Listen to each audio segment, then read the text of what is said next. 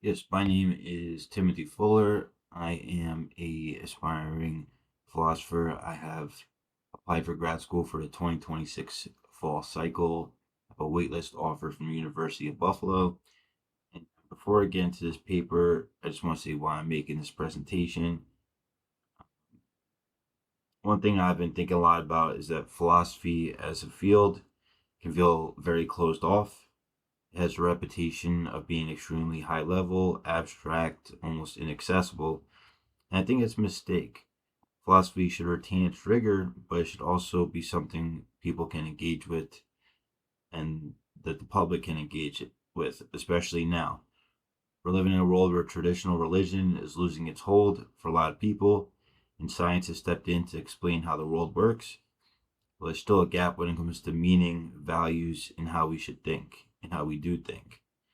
And that's where philosophy comes in. At its core, philosophy is a method, just like the scientific method, a way of thinking clearly about hard questions.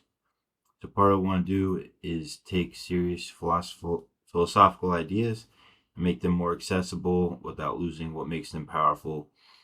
And I hope that this presentation, this paper, is an example of that.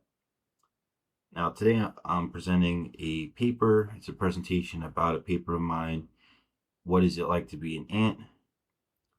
It's not a paper that tries to prove so much that ants are conscious in any way. Instead, I'm using them as a philosophical stress test to see what our theories of consciousness actually are committed to.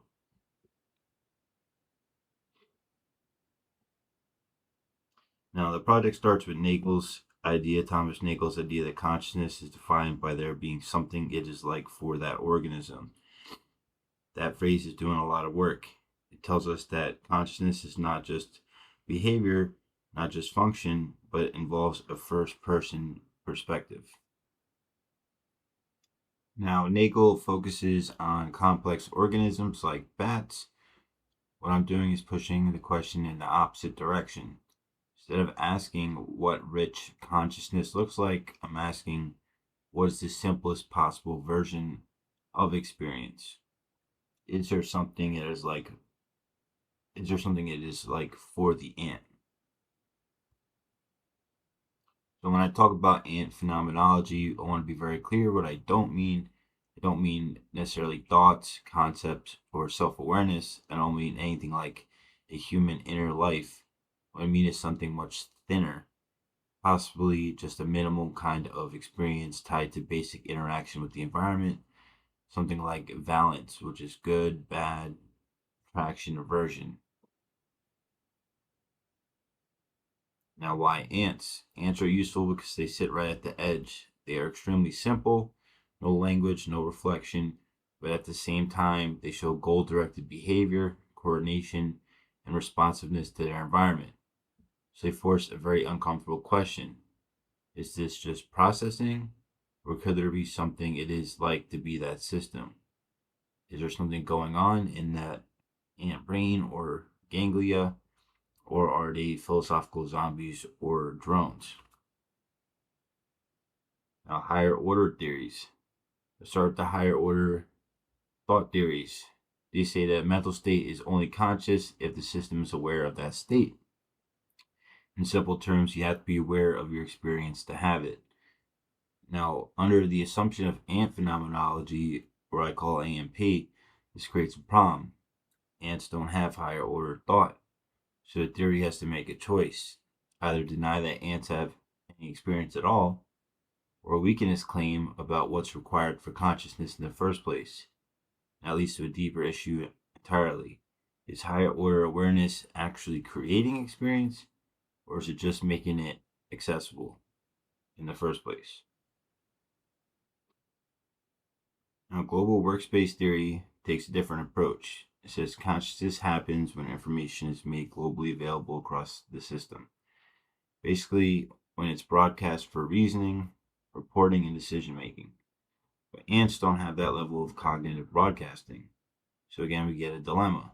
Either ants have some minimal version of global workspace, or global availability isn't what creates experience, it just makes information usable. So this forces a distinction we often ignore, the difference between access to information and experience itself. Integrated information theory, or IIT. Integrated information theory is more friendly to the idea of minimal experience existing. It says consciousness corresponds to how unified and integrated a system is. So even relatively simple systems could have some degree of experience. But now we get a different problem. If integration is enough, then too many systems might count as conscious. So the question becomes, how do we draw the line? What actually counts as a subject rather than just a complex system? Comparisons. What this comparison shows. What this comparison shows is that the AND case forces each theory to reveal its assumptions. Higher order theories have to explain why reflection is necessary. Global workspace theory has to clarify whether it's explaining experience, or just access part. Integrated information theory has to explain how it avoids over-attributing consciousness. So ants don't give us an answer, but they do create pressure on our different theories. The key insights: lower bound cases exposes hidden assumptions and problems in the theories. Broader insights. If minimal phenomenology is possible, then consciousness doesn't require language, reflection, or complex cognition.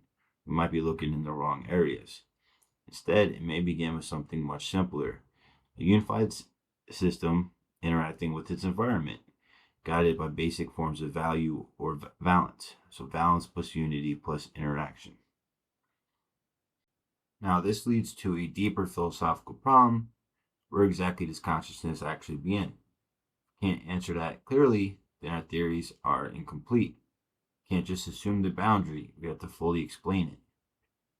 Are current theories too human-centered? What counts as a subject of experience? Of course, where does consciousness begin? The conclusion: a lower bound must be made explicit, much more explicit than our current theories are making it. It has to be clear. Final thoughts. So the broader takeaway is this: consciousness may not start where we usually think it does. It may begin much earlier in simpler forms of organization. And if that's true, then our theories need to shift from explaining human consciousness to explaining the minimal conditions for saying that anything has any experience at all. Consciousness does not require language, conceptual thought, self-awareness. The onset of experience may occur at much lower level than assumed. So theories must define clear onset conditions, not rely on human-centered features. Consciousness may be grounded in basic organization. Think more unity, balance, interaction with the environment. The boundary of the mental becomes a central problem. Where does experience begin and why there? It's a very important question. Now, what this paper does, or what it achieves. So to conclude, the paper does three main things. First, it introduces a lower bound framework using ants as a test case. Second, it pressures major theories of mind to clarify their commitments. The third, it shifts the central question from explaining human consciousness to explaining where consciousness begins in the first place. What are the minimal conditions for any experience at all?